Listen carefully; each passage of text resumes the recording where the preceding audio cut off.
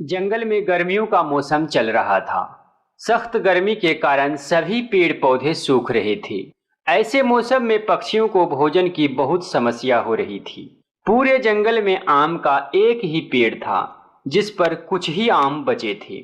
चिड़िया और मिट्ठू तोता भूखे थे। वह उड़ते उड़ते आम के उस पेड़ पर आकर बैठ जाते हैं। एक कौवी, जिसका नाम गोरी कौवी था, वह पहले ही से वहां बैठी हुई थी।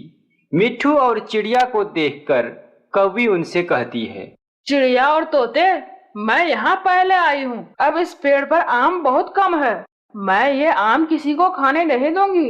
ऐसे कैसे तुम्हारे हैं आम? अभी 3 आम तो है पेड़ पर। हम सब एक एक आम ले लेते हैं।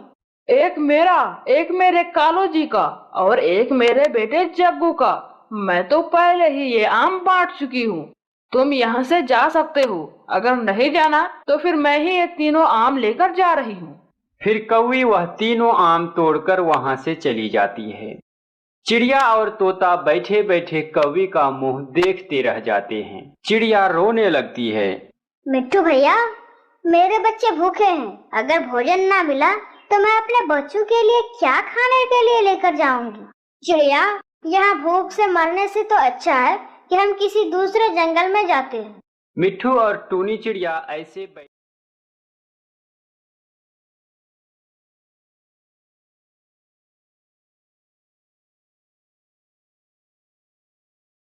बातें कर रहे थे कि उन्हें एक आवाज सुनाई देती है। चिड़िया और मिट्ठू, मैं बताता हूँ, आप लोगों को भोजन कहाँ से मिलेगा? मिट्ठू भैया, ये आवाज कहाँ से आ रही है? चिड़िया, शायद ये आम का बड़ा पेड़ हमसे बात कर रहा है। फिर वह पेड़ के तने के पास आते हैं। वह सामने बड़े पहाड़ों की दूसरी तरफ एक गुफा है। उसी गुफा में एक तरबूज की बेल है। आप जाइए, वहाँ जाकर तरबूज खा लीजिए। पेड़ की ऐसी बातें सुनकर चिड़िया और मिट्ठू तोता बहुत खुश हो जाते हैं। क्या वहाँ से भोजन मिल जाएगा हमें? वह बेल कोई साधारण तरबूज की बेल नहीं है। आप उस बेल से जितने भी तरबूज तोड़ो, वह तरबूज कम ही नहीं होगा। आपका बहुत बहुत शुक्रिया आम के पेड़ जी।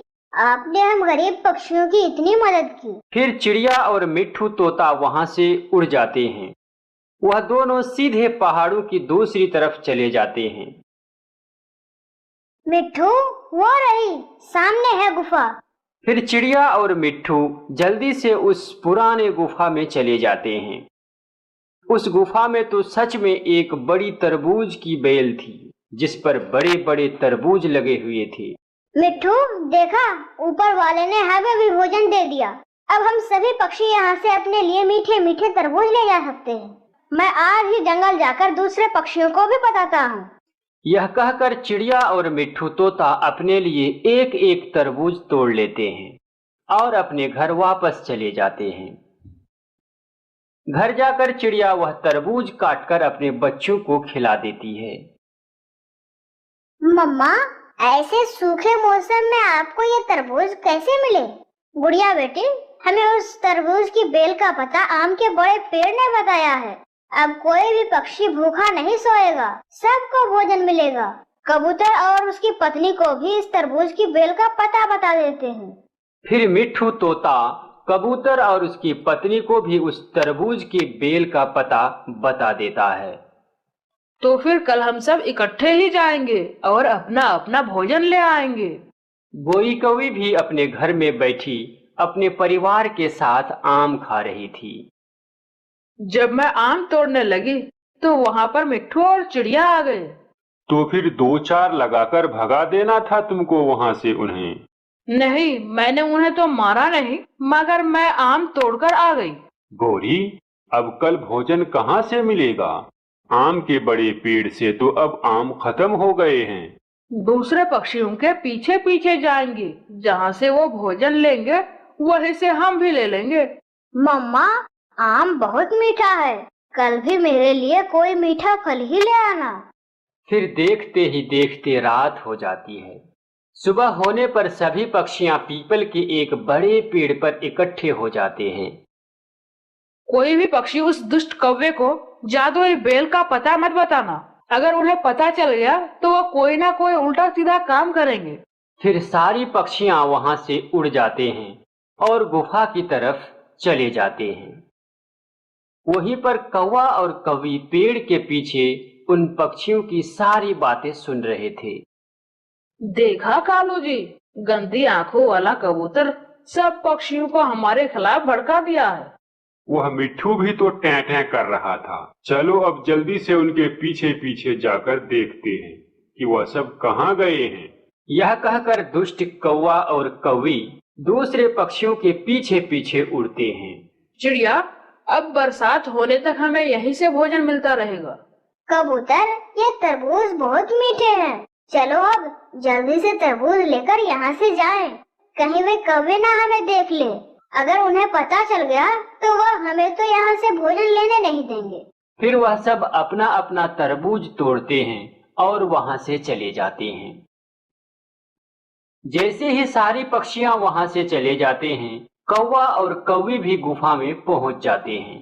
गौरी, मिल गया, हमें तो बड़ा खजाना मिल गया। देखो कितने बड़े बड़े तरबूज लगे हुए हैं। अब मुझे पता चला वह चारों पक्षी हमसे क्या छुपा रही थी। कालू, हम ऐसा करते हैं कि ये सारे के सारे तरबूज तोड़कर ले जाते हैं और फिर बाकी के पक्षी भूखे मरेंगे और हम मजे मजे से तरबूज खाएंगे। गौरी, तुम ये तरबूज तोड़ो और मैं ये तरबूज इन बोरियों में भरता हूँ। फिर कौवा और कौवी उस जादुई बेल से तरबूज तोड़कर बोरियों में भर लेते हैं। कालू, बोझ ज्यादा है, मुझसे तो उठेगा नहीं। गौरी, तुम यहीं बैठो, मैं ये बोरियां घर छोड़कर आता हूँ। फिर कालू कौवा तरबूज की बोरी अपने ऊपर लेकर जैसे ही उड़ने लगता है तो वह बोरी गिर जाता है। गौरी, ये तो काम बहुत मुश्किल है। कालू, आइडिया, मैं ये बोरी तुम्हारे ऊपर रखकर रस्सी से बांध देती हूँ। हाँ, ये भी ठीक रहेगा। फिर वह ऐसा ही करती हैं।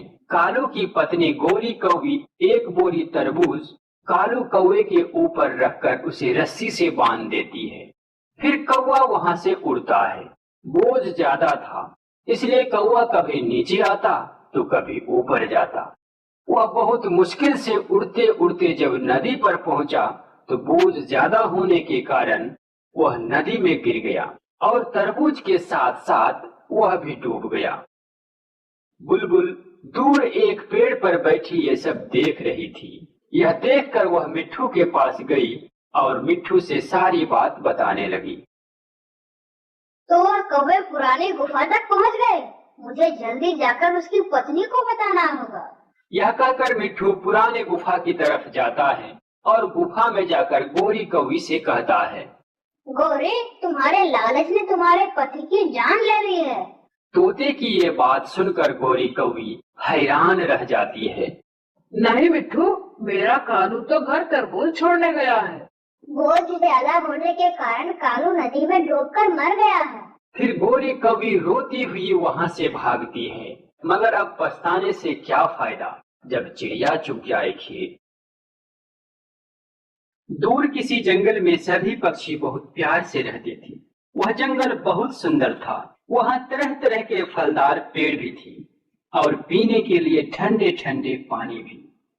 लाल तोता उस जंगल में सबसे बड़ा था, इसलिए सभी पक्षी उससे बहुत प्यार करते थे और उसे बहुत इज्जत देते थे।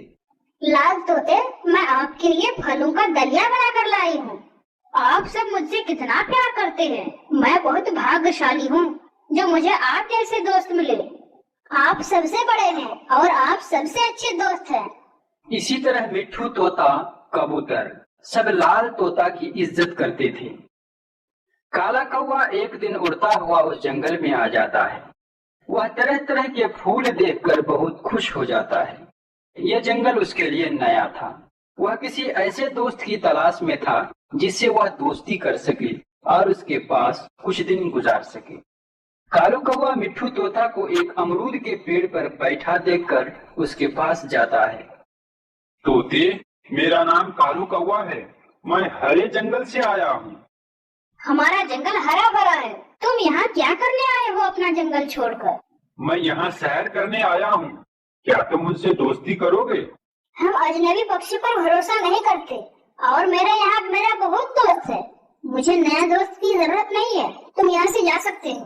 तोते की बात सुनकर कालू कौवा शर्मिंदा होकर वहाँ से चला जाता है। चाचा कबूतर, आज हमने देखा कि हमारे जंगल में एक नया काला कौवा उड़ता फिर रहा था और मुझे तो वो शक्ल से ही फ्रॉडिया लग रहा था। हाँ, मुझे मिट्ठू तोता ने बताया है और मिट्ठू तोता से दोस्ती करने गया था वो। तो क्या मिट्ठू तोता ने दोस्ती कर ली उस काले कौवे से?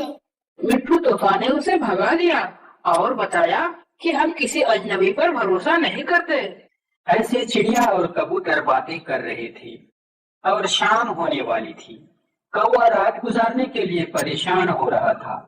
फिर उसे एक पेड़ पर अपने घर के सामने एक लाल तोता बैठा हुआ दिखा।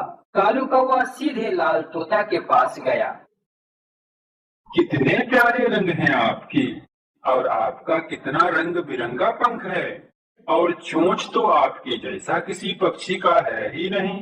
कौवा इसी तरह लाल तोते का तारीफ करता रहा। मेरे सब दोस्त इसी तरह करते हैं।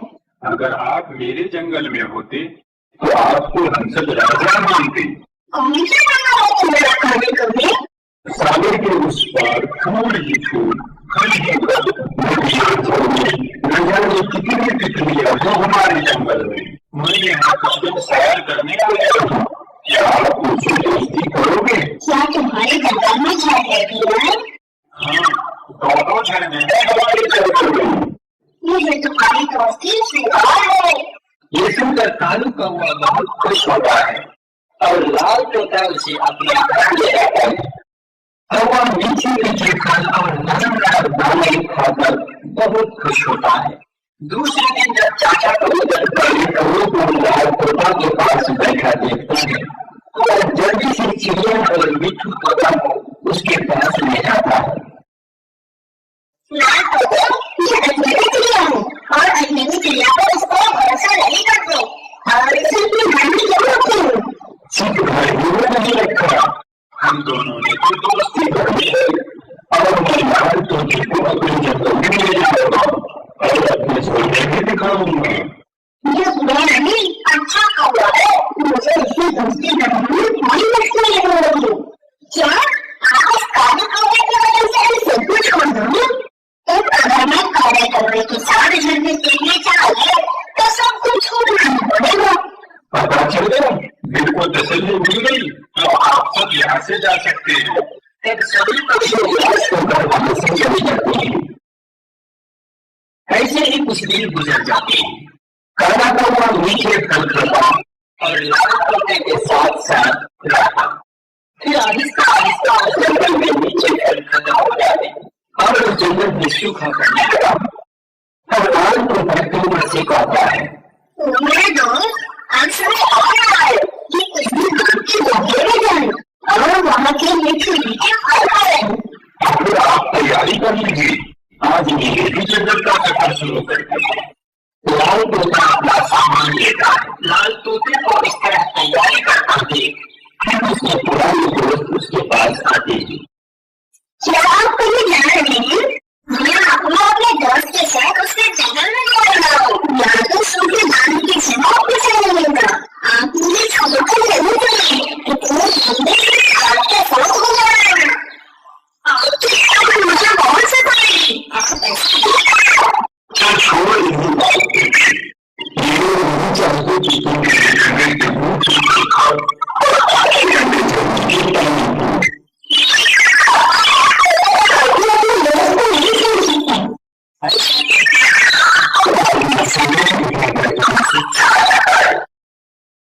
उसके पुराने दोस्त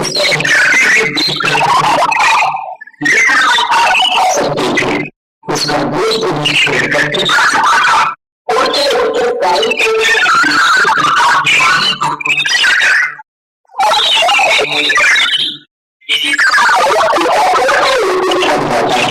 फिर दोनों दोस्त एक जाता है।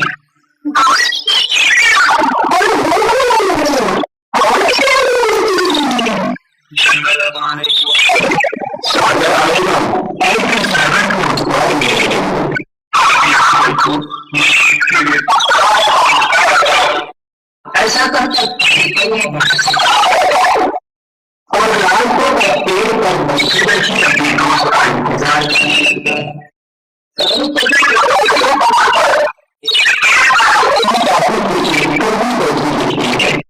तो कानून कौवा उसके पास कह जाता है,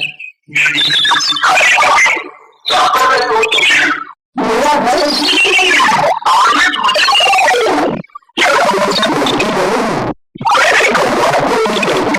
अच्छी दोस्ती हमारे